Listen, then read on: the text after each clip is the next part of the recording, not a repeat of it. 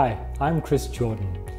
In the next two videos, we're going to introduce the second type of BULATS shortlistening question, the shortlistening with text instead of pictures. All that really means is that instead of listening to choose the right picture, you need to choose the right word or the right phrase.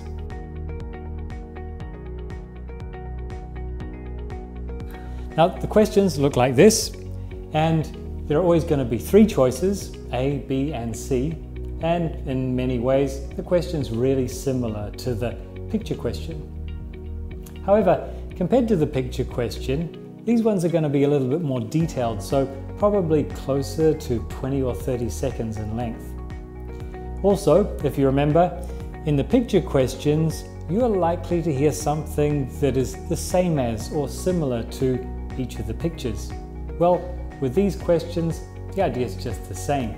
You're going to hear something the same as or similar to A, B, and C.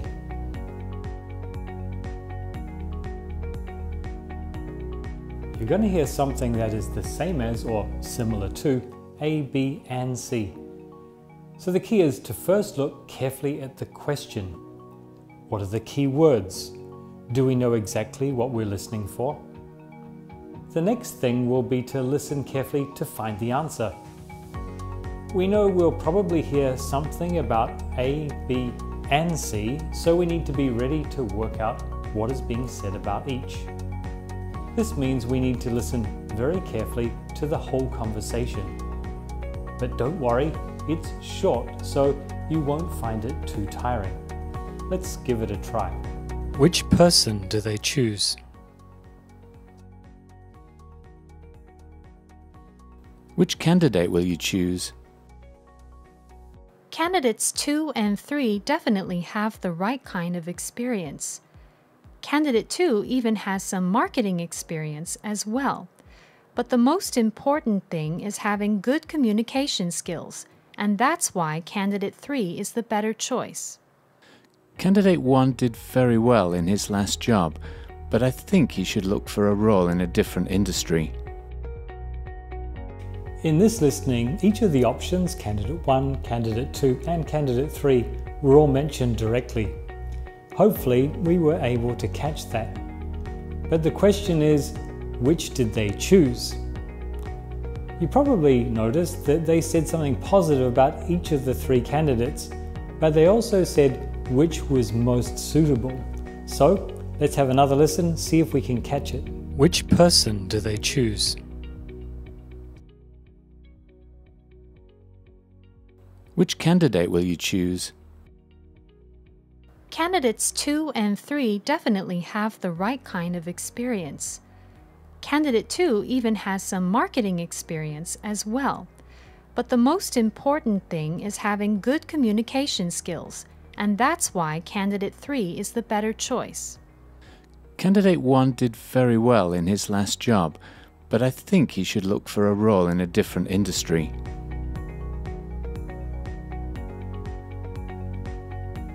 Now, as we've mentioned in other videos, a very useful habit when we're preparing for the shortlistening questions is to check the script first to make sure our answer is correct. This can help us be clearer about what we're hearing correctly and where we might be having problems. And that's really useful information for knowing how to improve. Now, as you see, candidate 1 is more suited to a job in a different kind of company. Candidate 2 has marketing experience, which is good. However, the key point is this. Because of their good communication skills, candidate 3 is the better choice.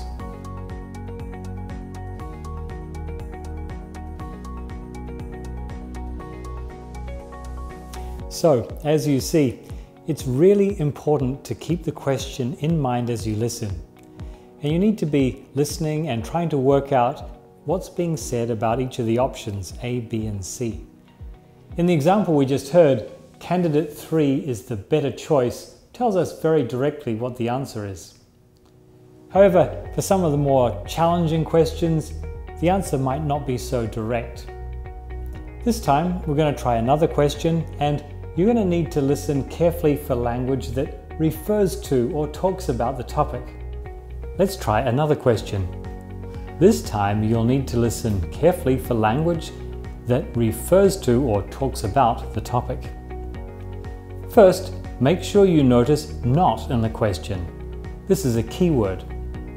Now let's listen. Good luck.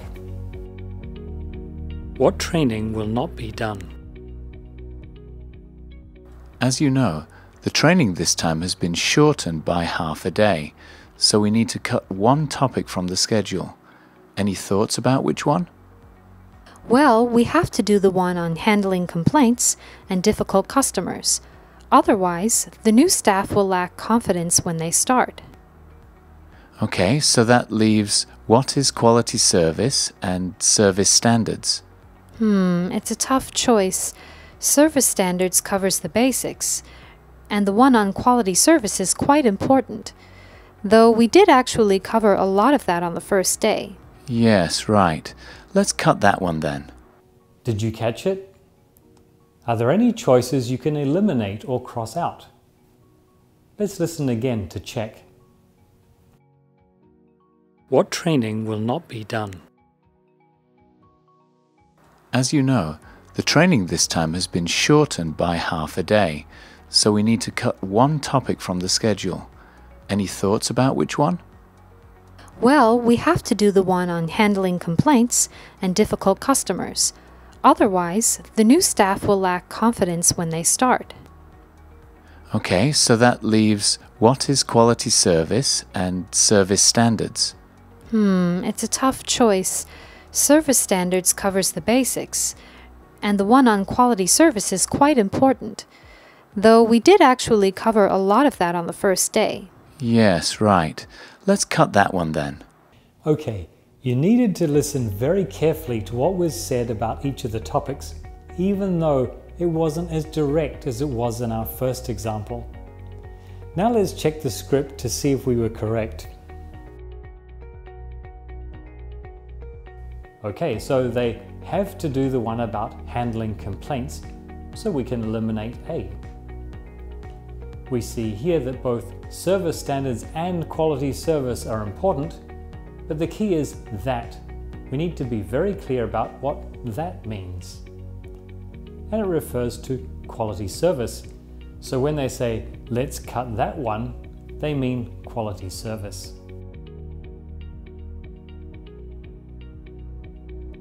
As we said, for the higher level questions in this section, you'll need to pay attention to words that refer to or talk about other words in the listening. These are commonly words like this or that, or this one, that one, as we just heard.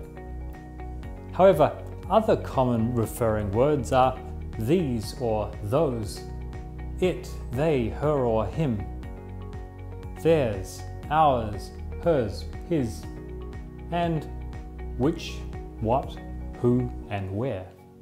These words are very important when it comes to really understanding what someone is telling you. Listening for keywords is useful and it's a really good start, but as your English improves, you need to get better at other skills too. And this is a really important one. So, how do you practice it? Well, one really simple way is to go back to some of the short BULATS listenings you've already listened to and listen again to catch these referring words like it, they, or which. Then try to clarify for yourself as you listen what it, they, or which is actually referring to. Then you can go back to the scripts and check to see if you're right. Well, we hope this helps you feel you understand the BULATS short listening questions with text better. Remember, for more help preparing for BULATS or just for building your workplace English ability, please check out the other videos in this series. Thank you everyone for watching and good luck.